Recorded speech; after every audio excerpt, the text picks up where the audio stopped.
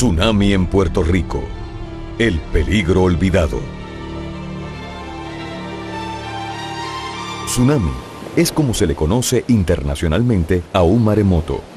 La misma es una palabra japonesa que significa ola de puerto. Un tsunami es una serie de olas producida por un disturbio impulsivo que desplaza una masa de agua.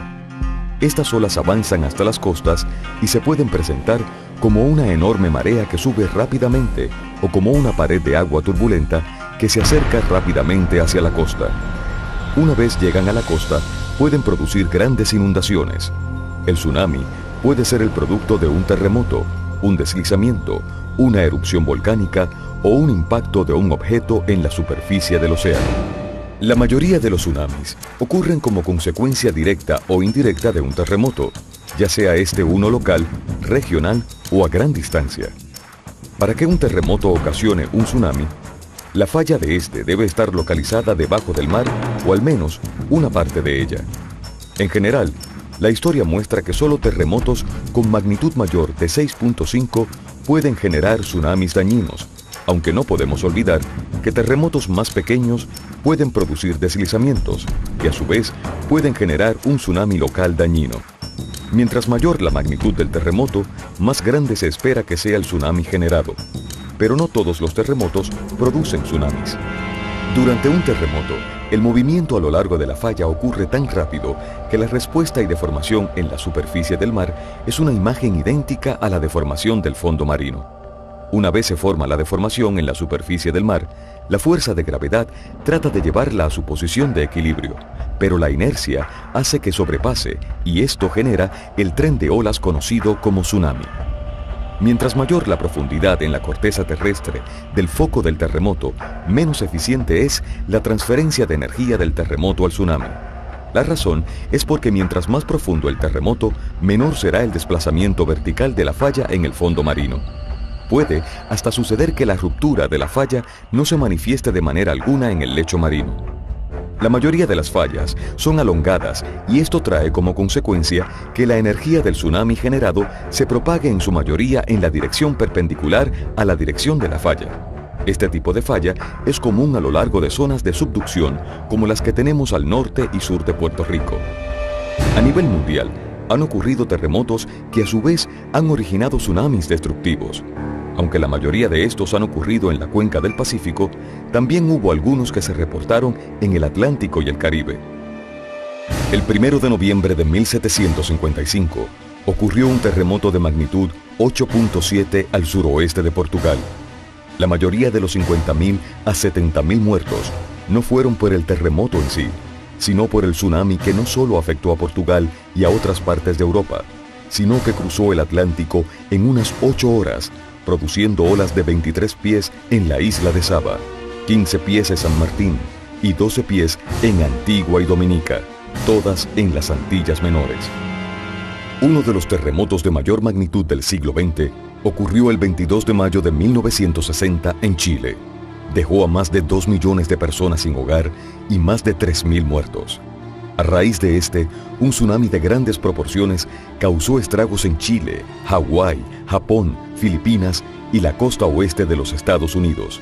En Hawái, donde ya existía un sistema de alerta, el tsunami causó 61 muertes, 282 heridos y millones de dólares en pérdidas. La costa de Honshu en Japón fue devastada con 100 muertes, 85 desaparecidos, 855 heridos y cerca de 1.700 hogares destruidos. Otro terremoto muy grande ocurrió en Alaska un Viernes Santo, el 27 de marzo de 1964 a las 5:36 de la tarde. En algunos sitios, el terremoto se sintió por varios minutos. El tsunami generado causó 123 muertes, 106 en Alaska y 17 en la costa oeste de los Estados Unidos, además de numerosos daños a lo largo de la costa en el Golfo de Alaska, Albernia en Canadá y Hawái. A las 7:16 de la noche del 1 de septiembre de 1992, en Nicaragua, se generó un terremoto de magnitud 7.0. El mismo casi no se sintió, pero generó un tsunami cuyas olas alcanzaron hasta 26 pies y penetraron hasta 1 milla tierra adentro. El saldo oficial del desastre fue 116 muertos, 68 desaparecidos y 13.500 personas sin hogar. Oleaje asociado al tsunami fue registrado también en Ecuador, Chile y Costa Rica. Este tipo de terremoto, donde el tamaño de la ola no guarda proporción con su intensidad, se conoce como terremoto tsunamigénico. En el Caribe también se han generado tsunamis como consecuencia de terremotos ocurridos en la región. En Puerto Rico, tanto el terremoto de 1867 como el de 1918 generaron tsunamis significativos, y el tsunami asociado con el terremoto de 1946 en la República Dominicana se pudo observar en la costa norte de la isla, especialmente en Arecibo. 20 días después que un devastador huracán barriera las Islas Vírgenes, y después de haberse sentido en San Tomás unos temblores días antes, el 18 de noviembre de 1867, un fuerte terremoto sacudió las Islas Vírgenes y el área este de nuestro Puerto Rico. El epicentro del sismo fue localizado en la depresión de las Islas Vírgenes, entre las islas de San Tomás, Santa Cruz y Vieques. Era un día precioso. Repentinamente, a eso de las 2:45 de la tarde, se escuchó un ruido que fue intensificándose hasta que se empezó a sentir el terremoto, durando cerca de 1 minuto y medio. Minutos después, el mar se levantó como un muro blanco y recto de 15 a 20 pies de altura y se adelantó hacia la bahía, barriendo las embarcaciones y levantando grandes buques de guerra. El levantamiento de las olas se repitió por segunda vez después de un intervalo de 10 minutos y parecía ser peor que la primera, inundando mayores áreas. Los daños en tierra fueron mayores para los comerciantes, pues el tsunami entró al pueblo sumergiendo a las tiendas que en su mayor parte estaban frente al mar. En Santa Cruz, el terremoto también se sintió con fuerza. En Frederiksted, después de haber sentido el terremoto, el mar se empezó a retirar y regresó arrojando hacia la playa uno de los buques de guerra que estaba anclado en la bahía. Cuando se retiró el mar nuevamente, dejó el buque sobre un arrecife de coral. En Vieques y Culebra, el terremoto fue sentido fuertemente. Inmediatamente luego del sismo, surgió una gran ola en el lado sur de Vieques que bañó su costa norte. En Naguabo, cerraron la iglesia y el mar subió varios metros hacia el pueblo. En la costa de Arroyo y Salinas, la ola del mar fue alta. En Arroyo, avanzó 120 pies sobre tierra.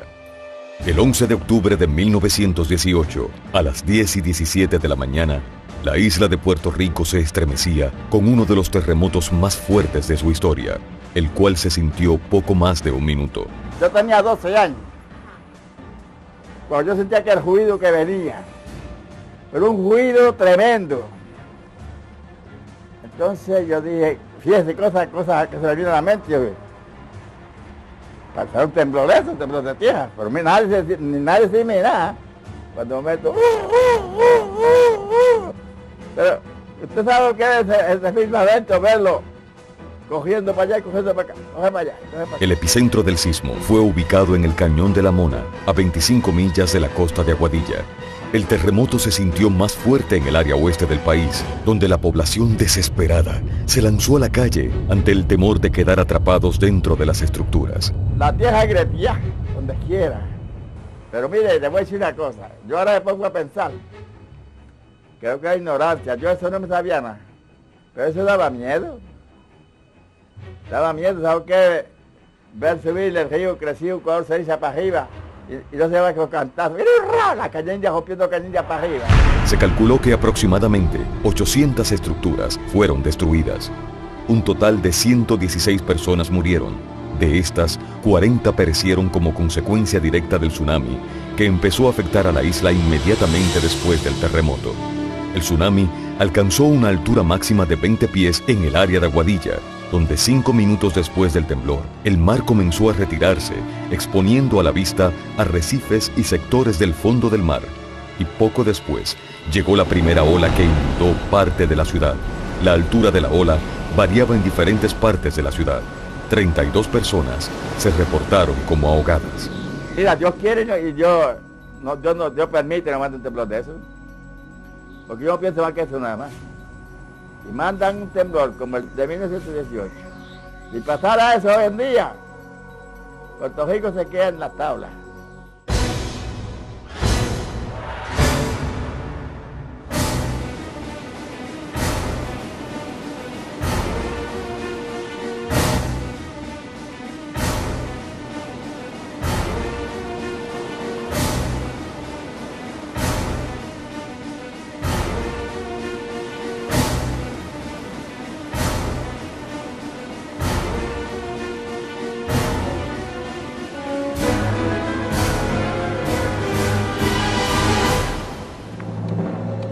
En Punta Borinquen, Aguadilla, el mar se retiró casi inmediatamente después del terremoto y cuando regresó alcanzó la altura de 20 pies, internándose hasta 300 pies. En Punta Agujerada, también en Aguadilla, se ahogaron unas 8 personas y fueron arrancadas de raíz centenares de palmas. En este lugar se calculó que las olas alcanzaron una altura de hasta 20 pies. En Mayagüez, donde se estima que llegó 20 minutos después de sentirse el terremoto, la ola inundó los pisos más bajos de los edificios situados cerca de la orilla del mar. En esta zona, la ola alcanzó una altura de hasta 5 pies sobre el nivel del mar. Un poco más al sur de la ciudad, la elevación llegó hasta 4.5 pies. Sin embargo, la fuerza fue suficiente para arrancar y arrastrar viviendas hacia la bahía. En Boquerón, Cabo Rojo, la ola llegó a tener 3 pies de altura. El mar se retiró una hora después del terremoto. Aquí, una pequeña embarcación anclada a unos 150 pies de la playa, donde el agua tiene normalmente alrededor de 4.5 pies de profundidad, descansó sobre el fondo algunos minutos. En Isabela, la ola fue vista por varias personas poco más de media hora después del terremoto. En Arecibo, esta ola se vio recorriendo el río que lleva el nombre de este municipio. En Canóvanas, el río Grande de Loíza retrocedió y después subió como 3 pies de su nivel normal. La ola debió llegar a la desembocadura de este río unos 20 minutos luego del terremoto. Otros escenarios que provocan tsunamis son los deslizamientos de tierra, las erupciones volcánicas o el impacto de un objeto en la superficie del océano. Los tsunamis producidos por estos fenómenos tienden a ser de gran altura cerca a su lugar de origen, disminuyendo su altura rápidamente con distancia. Por lo tanto, estos tsunamis tienden a afectar los lugares más cercanos a su punto de origen. Un deslizamiento submarino o un deslizamiento que se origina en tierra pero alcanza un cuerpo de agua puede generar un tsunami al desplazar una masa de agua. En nuestra isla se ha encontrado la evidencia de un deslizamiento enorme en la pendiente sur de la trinchera de Puerto Rico. Se ha estimado que el mismo tuvo un volumen de alrededor de 220 millas cúbicas y se deslizó hacia el fondo de la trinchera a 28.000 pies de profundidad. Dependiendo del tiempo de duración del deslizamiento, los modelos por computadora predicen que el mar puede haber alcanzado alturas que varían entre alrededor de 87 a 227 pies a lo largo de toda la costa norte de Puerto Rico. Además, existe el riesgo de que se genere un tsunami por erupciones volcánicas, submarinas y no submarinas. En el caso de erupciones submarinas, el peligro se debe al volcán submarino Quiquemgeni, localizado al sureste del Caribe, a 450 millas de Puerto Rico. Este volcán se ha mantenido activo por muchos años y continúa creciendo. El mismo ha hecho erupción más de 10 veces desde 1939. En el caso de erupciones no submarinas, el peligro es debido a volcanes como el de Montserrat, el cual ha estado muy activo en los últimos años. En este caso, la generación de un tsunami local puede ser debido a una avalancha de escombros que llegue al mar, o debido a que parte del volcán se colapse hacia el mar. En ambos casos, la altura del tsunami local puede pasar de los 30 pies, aunque decaería rápidamente, afectando solo las islas más cercanas y no Puerto Rico. Aunque la probabilidad es muy pequeña, un tsunami se podría generar como consecuencia del impacto de cometas o asteroides. Algunos piensan que este evento podría haber causado la extinción de los dinosaurios. En mar profundo, la altura de un tsunami generado por un terremoto es generalmente menor de 3 pies, aunque la rapidez de propagación del disturbio puede ser en exceso de 450 millas por hora. Dada la poca altura en mar profundo, junto con una distancia entre ola y ola de muchas millas, hace que un tsunami pase por desapercibido en aguas profundas. Al llegar cerca de la costa, en donde la profundidad se reduce, la altura puede aumentar drásticamente hasta por un factor de 10 a 20 pies. Al mismo tiempo, la velocidad de traslación de la ola se reduce a 20 millas por hora o menos. Un tsunami es un tren de olas en donde no necesariamente la primera ola es la más alta. La distancia entre las diferentes olas en un tsunami puede alcanzar de 6 a 300 millas, dependiendo del tamaño de la fuente y de la profundidad.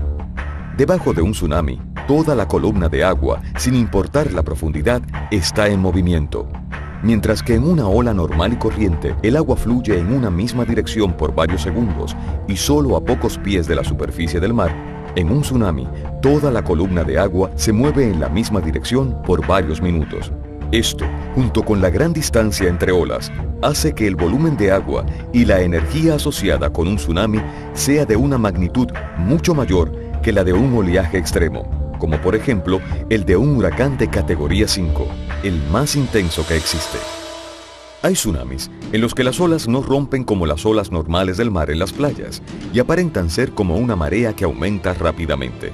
Como ejemplo de esto, el tsunami de 1918 en Mayagüez. Mientras, existe otro tipo de tsunami cuyas olas rompen cerca de la línea costera y que se propagan hacia la costa como una pared vertical de agua turbulenta, llena de espuma. Esto ocurre comúnmente en donde el tsunami trata de pasar por canales o desembocaduras de ríos, entradas de bahías o puertos, como fue el caso del tsunami en San Tomás en 1867.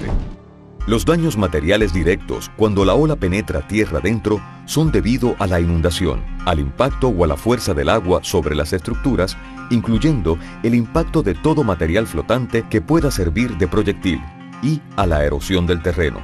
Daños indirectos, como fuegos, pueden ser mayores.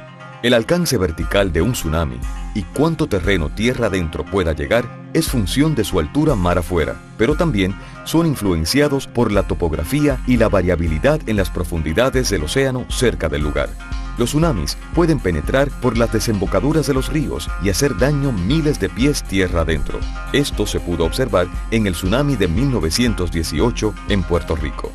Los tsunamis arrastran material del fondo marino y lo depositan tierra adentro. La presencia de este material se puede determinar en algún punto en particular mediante excavaciones o barrenados. El estudio de tsunamis pasados mediante esta metodología se le conoce como estudios de paleotsunamis. Estudios como estos se han llevado a cabo en Puerto Rico mostrando que hemos sido afectados por más tsunamis que los de 1867, 1918 y 1946.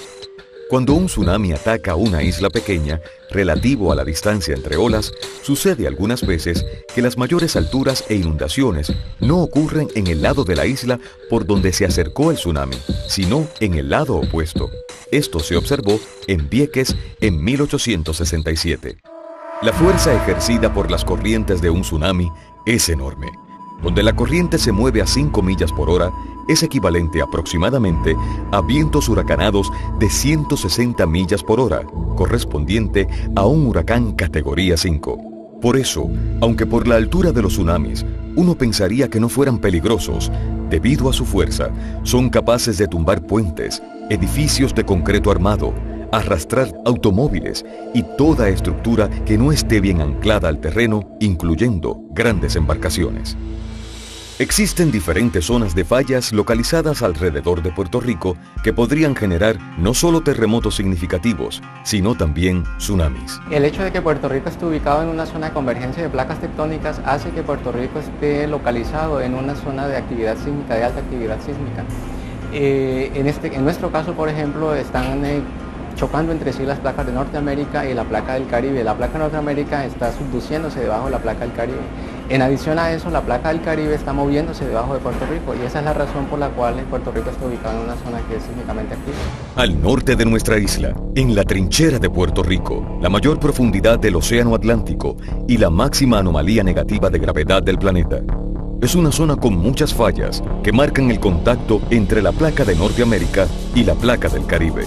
Justo al sur de la trinchera, pero al norte de Puerto Rico, se encuentra la zona sísmica de los 19 grados norte, que incluye varios sistemas de fallas. El Cañón de Mona, donde se generó el terremoto de 1918, es una zona de muchas fallas. Más hacia el noroeste, se extiende la falla septentrional desde el Cañón de Mona hacia el interior de la República Dominicana. En la zona del pasaje de la Mona se han identificado varios segmentos de fallas no interconectadas con longitudes variables. La zona de subducción en la trinchera de Muertos al sur de Puerto Rico se extiende desde el sur de la República Dominicana hasta Puerto Rico. En la depresión de las Islas Vírgenes, limitado al sur por la isla de Santa Cruz y al norte por la isla de San Tomás, hay una serie de fallas. Extendiéndose desde Fajardo hacia el noreste de las Islas Vírgenes está la zona sísmica del Sombrero, un área muy activa. Diariamente, en la zona local de Puerto Rico, se registran de 1 a 3 temblores. Desde tiempos coloniales, más de 610 temblores han sido reportados como sentidos. 10 de estos han causado heridas, muertes y o daños a la propiedad. De estos, 3, los de 1867, 1918 y 1946, generaron tsunamis. Puerto Rico, al ser una isla, todas sus costas están expuestas a tsunamis, pero una de las áreas más propensa, debido a que todo su desarrollo está en la costa, es el área de Aguada y Aguadilla. Maremoto del 18 crea una ola gigantesca donde afecta a la costa de Aguada, Aguadilla, Rincón y Mayagüez. Por esa misma historia nosotros marcamos ciertos puntos donde ahora están completamente poblados, y esa área que está completamente poblada y transitada diariamente, ahí es que nosotros vamos a rotular para que las personas, una vez vean un movimiento o algo así, puedan retirarse lo más pronto posible de la costa. Aquí personal de la Agencia para el Manejo de Emergencia trabaja en un sistema de prevención que incluye simulacros, rotulación de áreas peligrosas, educación y hasta un plan de desalojo para escuelas que están cercanas al mar. El Colegio San Carlos es un colegio que está cerca de la costa de Aguadilla. Es uno de los más propensos a maremotos. Alrededor de un año atrás empezamos con un programa de orientación, tanto los maestros como los estudiantes. Se adiestraron en primera ayuda, se hicieron simulacros, más se hizo una rotulación de toda el área de qué ellos pueden hacer en caso de un maremoto.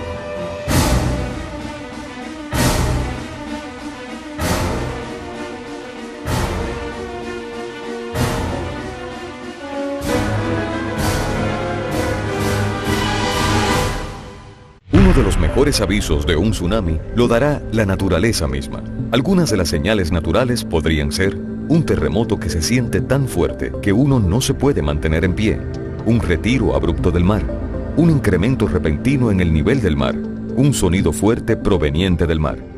Pero además de estos avisos naturales, es posible establecer sistemas de vigilancia para tsunamis. En la cuenca del Pacífico, donde ocurren tsunamis con mayor frecuencia en el mundo, existe el Centro Internacional de Alertas de Tsunamis del Pacífico, localizado en Hawái, y el Centro de Alertas de Tsunamis de Alaska y costa oeste de los Estados Unidos. Estos centros utilizan datos recopilados por una red mundial de sismógrafos y mareógrafos para emitir alertas y avisos en base de modelos existentes de tsunamis. En nuestra isla, la Red Sísmica de Puerto Rico, una dependencia del Departamento de Geología de la Universidad de Puerto Rico en Mayagüez, es la institución responsable para la detección, análisis, localización y divulgación de información sobre la sismicidad. Para estos fines, cuenta con una red de estaciones sísmicas distribuidas a lo largo y ancho de Puerto Rico, incluyendo las islas de Mona, Desecheo, Caja de Muertos, Vieques y Culebra y las Islas Vírgenes. Todas estas estaciones envían su señal directamente o a través de repetidores a la oficina de la red sísmica en Mayagüez. Una vez aquí y cuando se empiezan a grabar, ya nosotros cuando empezamos a ver la grabación vamos a tener una idea del tamaño del terremoto. Y si percibimos que es un terremoto, la amplitud del movimiento es bien grande, el registro, entonces ya con eso nos podríamos tener una idea de que se trata de un evento grande y posiblemente un evento que podría generar un maremoto. La Red Sísmica de Puerto Rico, conjuntamente con la Agencia Estatal para el Manejo de Emergencias y Administración de Desastres y el Servicio Nacional de Meteorología, ha establecido un protocolo para responder a una posibilidad de tsunami y emitir boletines de vigilancia y o de aviso.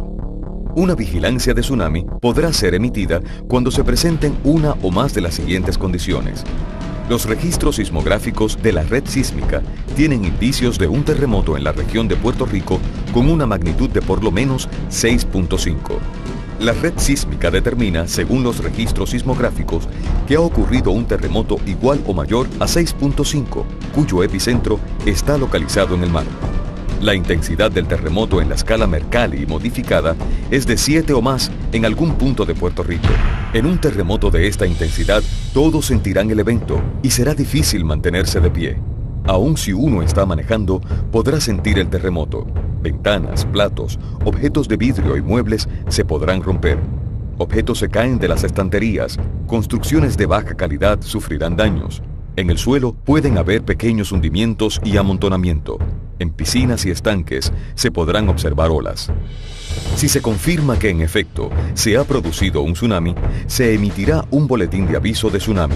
Por otro lado, si se confirma que no se ha producido un tsunami o ya han terminado de registrarse los efectos del tsunami, se emitirá un mensaje de All Clear, lo cual significa que es seguro regresar a la normalidad. Es importante recordar que tanto en el 1918 como en el 1867, el tsunami empezó a azotar algunas partes de nuestra costa solo minutos después de sentirse la sacudida del terremoto.